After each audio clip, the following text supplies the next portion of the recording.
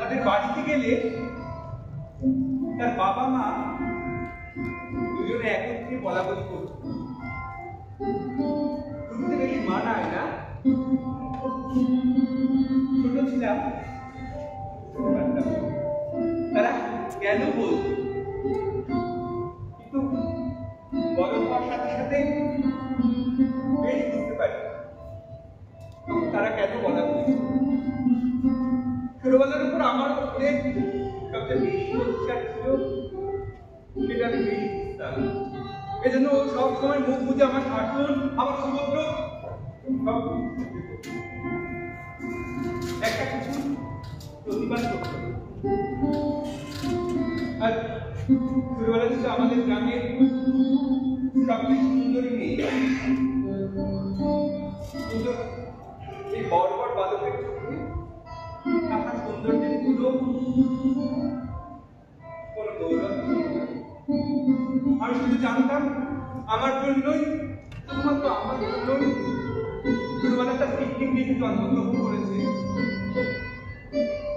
এই জন্যই হয়তো সকল উপদ্রব, অভিযোগ, আমার সব কিছু মেনে নিল।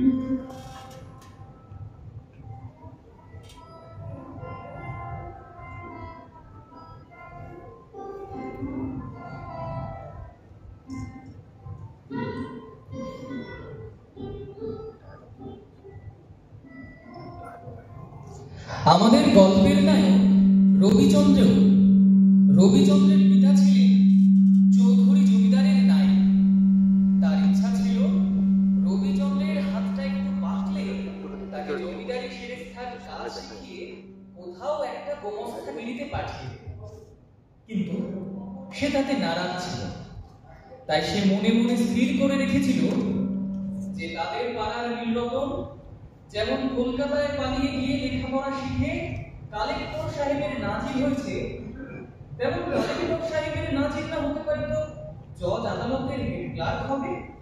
সেই মতো সে নীলরতনের দৃষ্টান্তে উৎসাহিত হয়ে কলকাতায় পালিয়ে আসে এবং সেখানে তার জানাশোনা লোকের ঘরে থেকে তার পড়াশোনা যথাক্রমে চালাতে লাগে।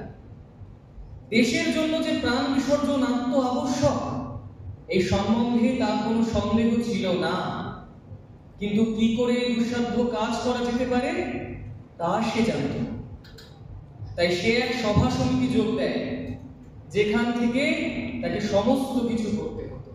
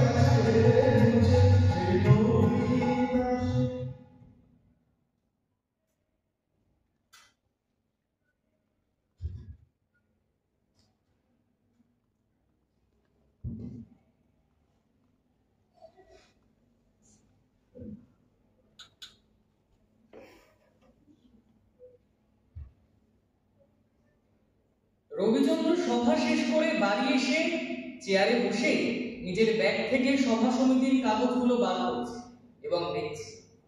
ঠিক এমন সময় সেই ঘরে তার বাবা এসে হাজির।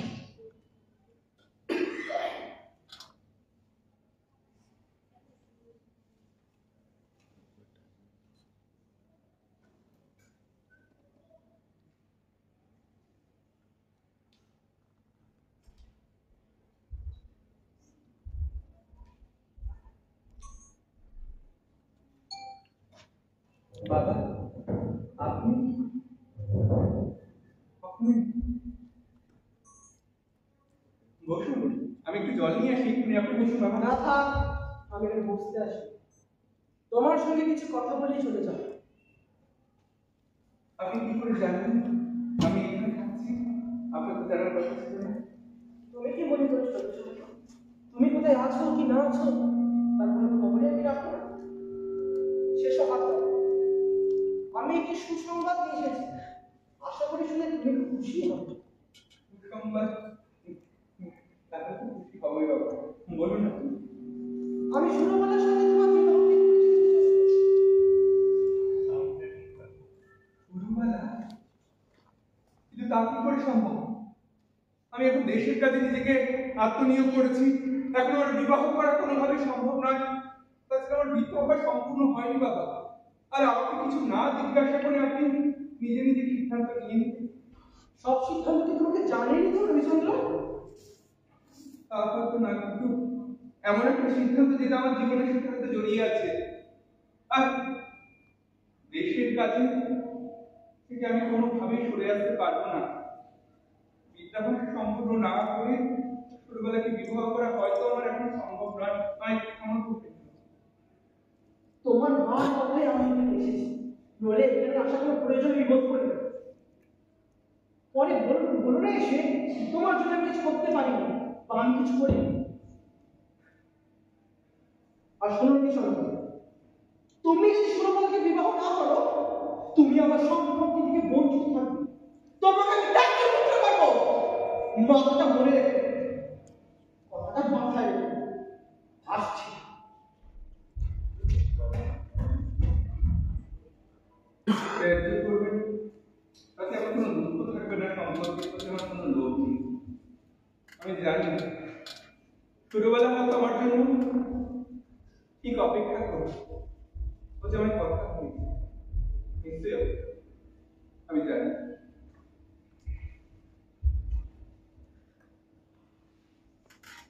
রবিচন্দ্র ভেবেছিল যে সুরবালা হয়তো তার জন্য নিশ্চয়ই অপেক্ষা করবে, কিন্তু সবসময় আমরা যা ভাবি তেমনটা হয় না। তারপর এভাবেই কিছু মাস কেটে যায়। রবিচন্দ্র এন্ট্রান্স পাশ করেছে, প্রথম আর্টস দেবে। ঠিক এমন সময় রবিচন্দ্রের বাবা মারা গেছে। সেই খবর শুনে কোনো কিছুর কথা না ভেবে সব কাজ ফেলে রবিচন্দ্র তৎক্ষণাৎ বাড়ি ফিরে যায়। এরপর বেশ কিছুদিন কেটে যায়। একদিন সে মনমরা হয়ে মাথায় হাত দিয়ে ঘরে বসে আছে। তাকে দেখে মনে হচ্ছে যে সে কোনো গভীর চিন্তায় মগ্ন। ঠিক এমন সময় তার ছোটবেলার এক বন্ধু এসে হাজির।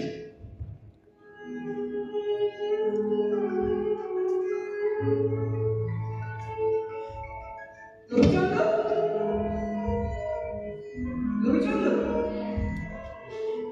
রবিচন্দ্র,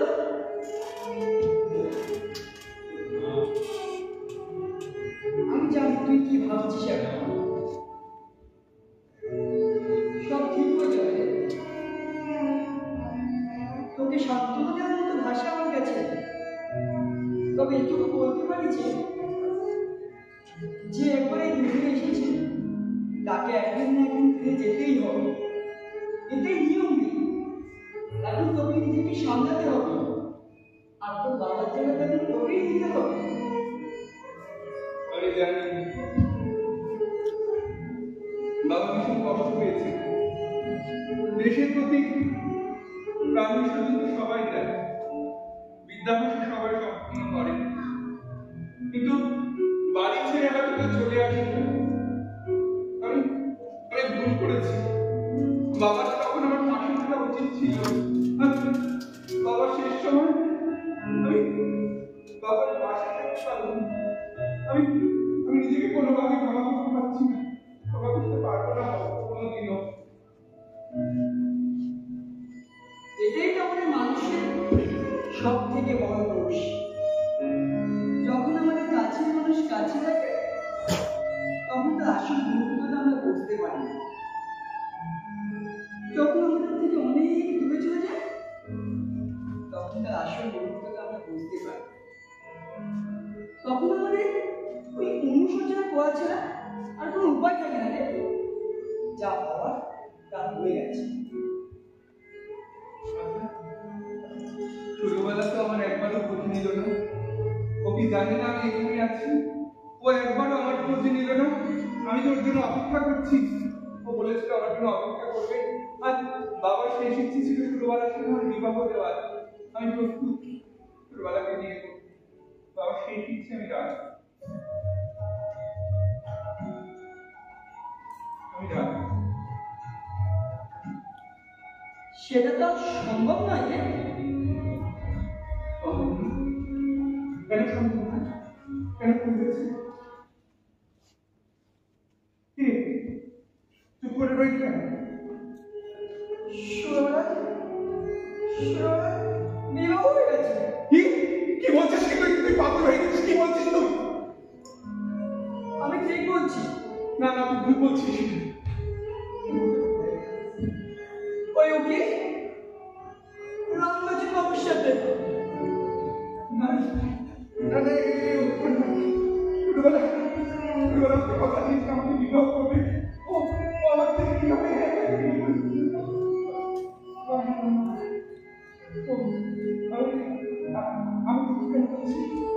আমি তোকে বলেছিলাম, আমি তো বাবার মাধ্যমে ওকে বলেছিলাম যে আমি ওকে বিবাহ করতে পারবো না। আমি আমি তো করতে পারবো না। আবার কোনো দুঃখ নেই।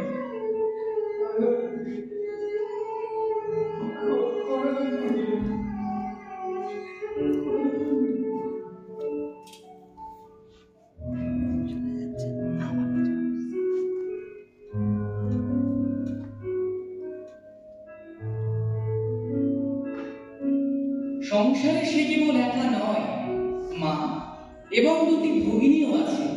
সুতরাং তাকে তার পড়াশোনার কাজ শেষ করে তাকে সভা সমিতি ছেড়ে কাজের সন্ধানে ফিরতে হবে। বহু চেষ্টার পর নোয়াখালী বিভাগের একটা ছোট স্কুলে সেকেন্ড মাস্টারি পদ প্রাপ্ত হয়। কিন্তু সেখানে ছাত্রদের গ্রামার অ্যালজেব্রার বহির্ভূত কোনো কথা বললেই হেডমাস্টার রাগ। রবিচন্দ্র ভেবেছিল ছাত্রদের উপদেশ এবং উৎসাহ দিয়ে ভাবি ভারতের এক একটি করে সেনাপতি করে তুলবে, কিন্তু হেডমাস্টার তা পছন্দ করতেন না। এমনই একদিন রবিচন্দ্র স্কুলে ক্লাস করাচ্ছে, ঠিক এমন সময় হেডমাস্টারের প্রবেশ।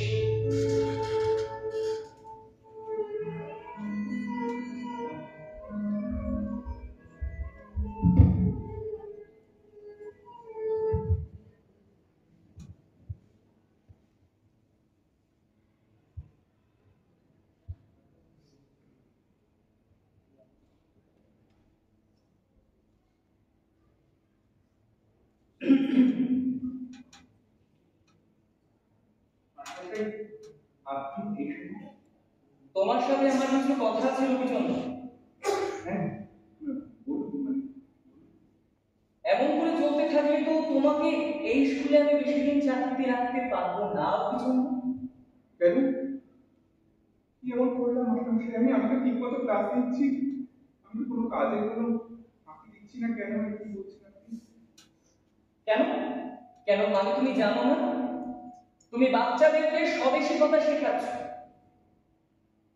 ওপর মহলের লোকেরা চাপ দিচ্ছে আমাকে রবিচন্দ্র, সবাই অ্যালিগেশন আনছে তোমার নামে। স্বদেশিকতা কি অন্যায়? তাদেরকে আমি পড়াশোনার পাশাপাশি দেশের প্রতি ভালোবাসা বীজ বপন করছি, তাহলে কি এটা অন্যায়? ন্যায় অন্যায় এসব কথা তো আমি জানি না রবিচন্দ্র। আমাকে সবাই যা বলছে আমি তোমাকে সেটাই বলছি। এই একই কাজের পুনরাবৃত্তি যদি তুমি দ্বিতীয়বার করো, তবে রেজিগনেশন লেটার তোমার টেবিলে থাকবে। এখন তুমি দেখো তুমি কি করবে, চাকরি নাকি স্বদেশিকতা? চলি তাহলে।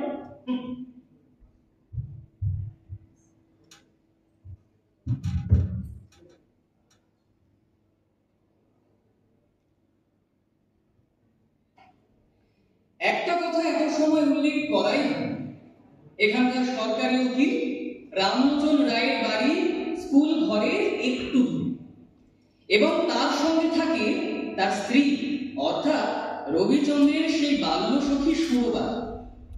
এ বিষয়ে রবিচন্দ্র কিছুই জানত না, কিন্তু রামলোচন বাবুর সাথে তার প্রায়শই কথা হয় এবং রবিচন্দ্রকে সে প্রায় সবসময় নিজের বাড়িতে আমন্ত্রণ জানায়। তাই একদিন ছুটির দিনে সকালবেলা রবিচন্দ্র তার বাড়িতে গিয়ে উপস্থিত হয়, কিন্তু সেই সময় রামলোচন বাবু বাড়িতে ছিলেন না।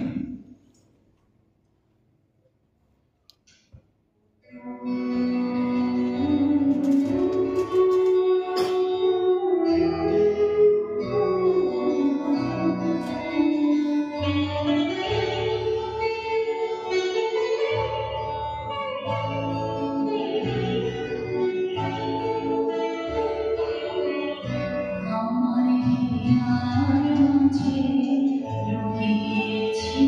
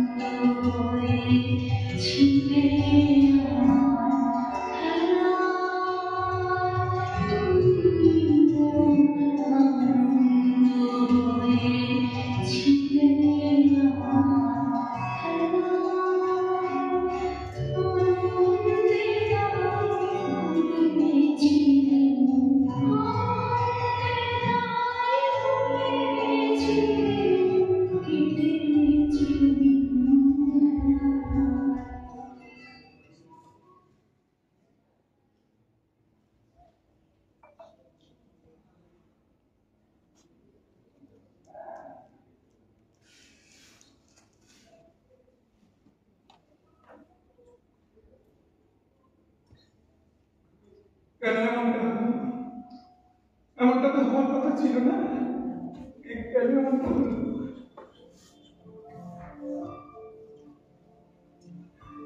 তোমার সেই সুরবালা কোথায় গেল রবিচন্দ্র? আমি তো তাকে ইচ্ছে করে ছেড়ে দিয়েছি, আমি কি তাকে আটকে রেখেছি? আটকে রাখিনি। তখন যাকে ইচ্ছা করলেই পেতে পারতে। এখন মাথা খুঁড়িয়ে মরে গেলেও তাকে একবার চোখে দেখার অধিকারটুকু পাবে না। সেই শৈশবের সুরবালা, তোমার যতই তুমি তার চুরির শব্দ শুনতে পাও, তার মাথা ঘষার গন্ধ অনুভব করো, কিন্তু তোমাদের মাঝখানে একটা দেওয়াল সবসময় থাকবে। আপনার এবার কি? সে আমার কেউ না, সে আমার কেউ না, কেউ না, কেউ না, কেউ না। সুরবালা আজ তোমার কেউ না, কিন্তু এই সুরবালায় একদিন তোমার কি না হতে পারত? আমার অন্তরঙ্গ, আমার সবচেয়ে আপন, আমার ভালোবাসার মানুষ সুরবালা। এখন এখন হয়তো সে আমার অনেক দূরে,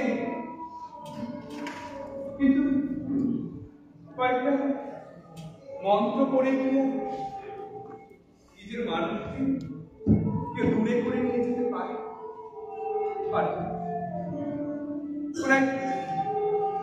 কোন এক রামলোচন বাবু এসে কয়েকটা মন্ত্র পাঠ করে ছোটবেলাকে আমার থেকে অনেক দূরে দিয়ে গেল। আমি কোনো সমাজবিধির নতুন নিয়ম প্রচার করতে আসিনি, কোনো নিয়ম ভাবতে পারিনি। আমার মনে একান্ত ইচ্ছেটুকু ব্যক্ত করছে না। ছোটবেলা যে একান্তই আমার, এটা কোনো অন্যায় নয়, এটা কোনো পাপও নয়।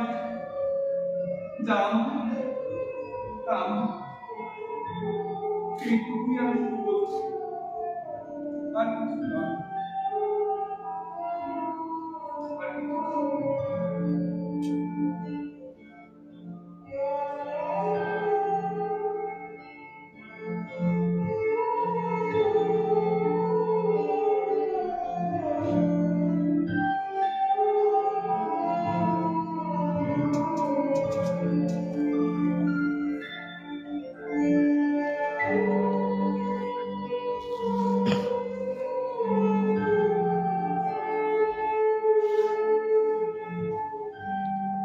রামলোচন শুনেন যে রবিচন্দ্র বাবু তার বাড়িতে এসেছিলেন, কিন্তু তিনি বাড়িতে ছিলেন না।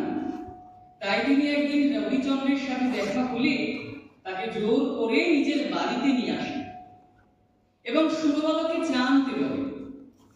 কোনো একটা বিষয় নিয়ে তাদের মধ্যে আলোচনা হচ্ছিল, যে কেমন সময় পাশে ঘরে জানলার পাশ থেকে অত্যন্ত মৃদু একটা চুরির টুংটাং শব্দ, কাপড়ের একটু খসখস শব্দ এবং পায়ের শব্দ শোনা যাচ্ছে।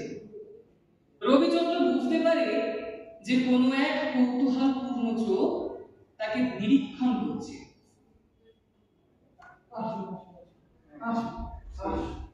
আমি একটা ছেলেকে এসেছি আপনাদের বাড়ি দেখতে। আসলে আমি এত ব্যস্ত ছিলাম যে খুব ব্যস্ত ছিলাম। সুরবালা, সুরবালা, রামলোচন বাবু এসেছে, তার জন্য চা নিয়ে আসুন।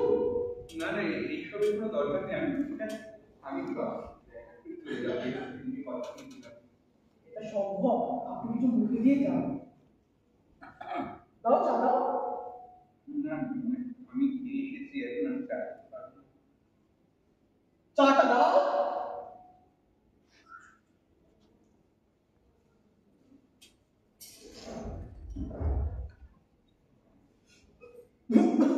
আরে আর কি হলো? না,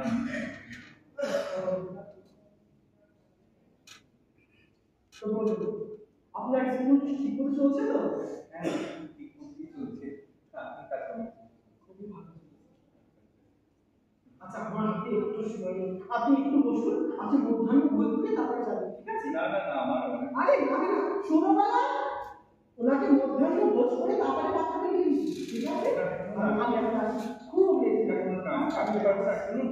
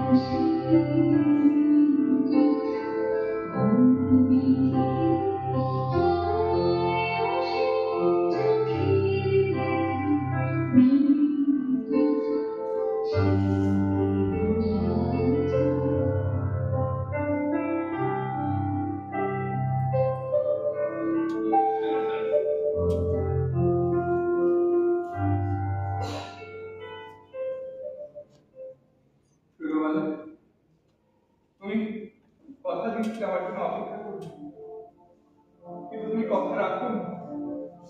আমি তোমার জন্য এখনো অপেক্ষা করছি। আমি প্রতিদিন পলকে প্রতিদিন নিঃশ্বাসে শুধু তোমার কথাই ভাবি। তুমি কিভাবে আমাকে ফেলে অন্য একজনকে বিয়ে করতে পারবে? জানি আমারই তো দোষ। আমি ভেবেছিলাম তুমি আমার জন্য অপেক্ষা করবে।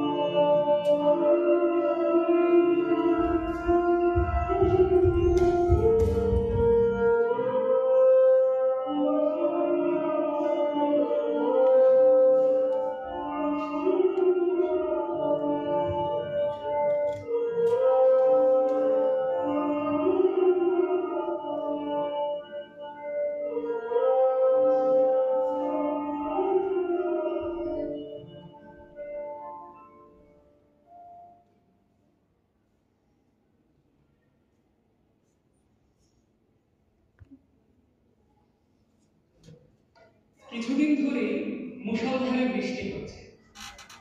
রামলোচন বাবু একটা বড় মোকদ্দমায় কিছু কালের জন্য বাইরে গিয়েছে। সেদিন ছিল সোমবার। আকাশের ভাবগতিক ভালো না দেখে সবাইকে তাড়াতাড়ি ছুটি দিয়েছে রবিচন্দ্র। দুর্যোগ থামার কোনো নামই নেই। কখন দিন গড়িয়ে যে রাত হচ্ছে কিছুই বোঝা যাচ্ছিল না। রবিচন্দ্র ঘুমানোর চেষ্টা করছে, কিন্তু ঘুমোতে পারছে না। তাই সে সুরবালার দেওয়া ওই ডায়েরিটা নিয়ে বসে আছে।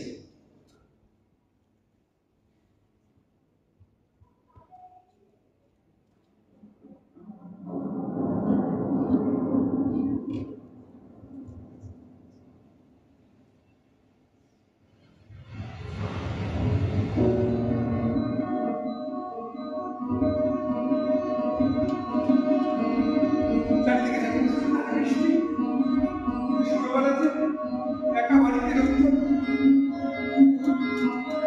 এখন যা পরিস্থিতি, ভয়ানক আবার ঠান্ডা মনে হচ্ছে। ছোটবেলা একা যদি একা বাড়িতে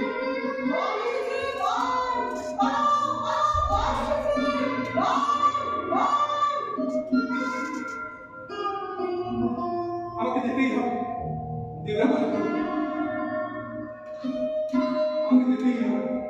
সমাজ বিধি আছে পথ, আমি নিজেই বলবো যে যাবো, আমি বলবো আমি যাবো।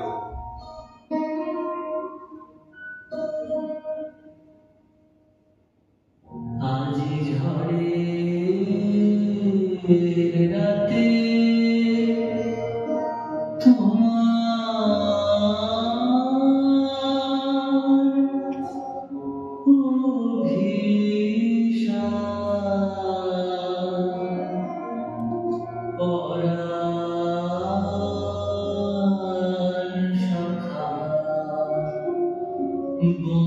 বন্ধু হে আমার আজি ঝড়ে রাতে তোমার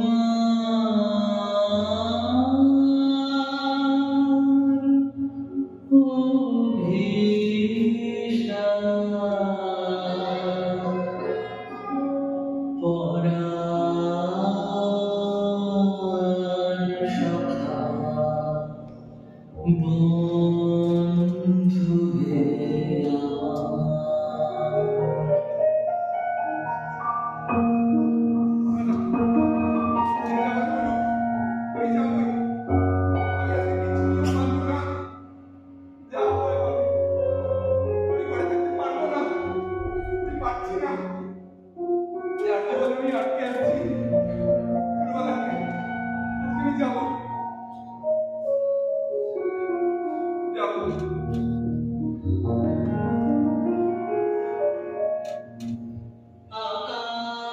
আকাশ কাঁদে হতাশ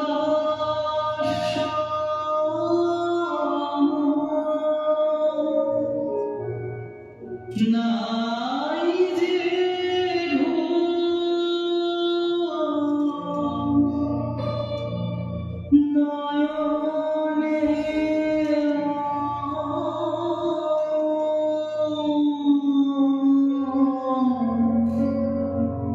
আকাশ কাঁদে হতাশ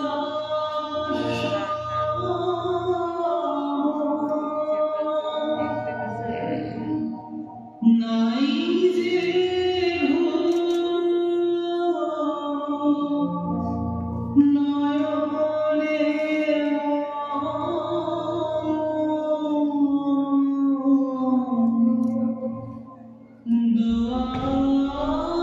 দুয়ার খুলে হে প্রিয়তম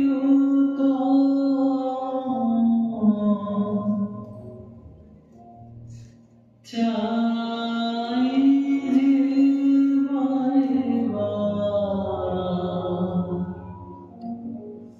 পরাণ সখা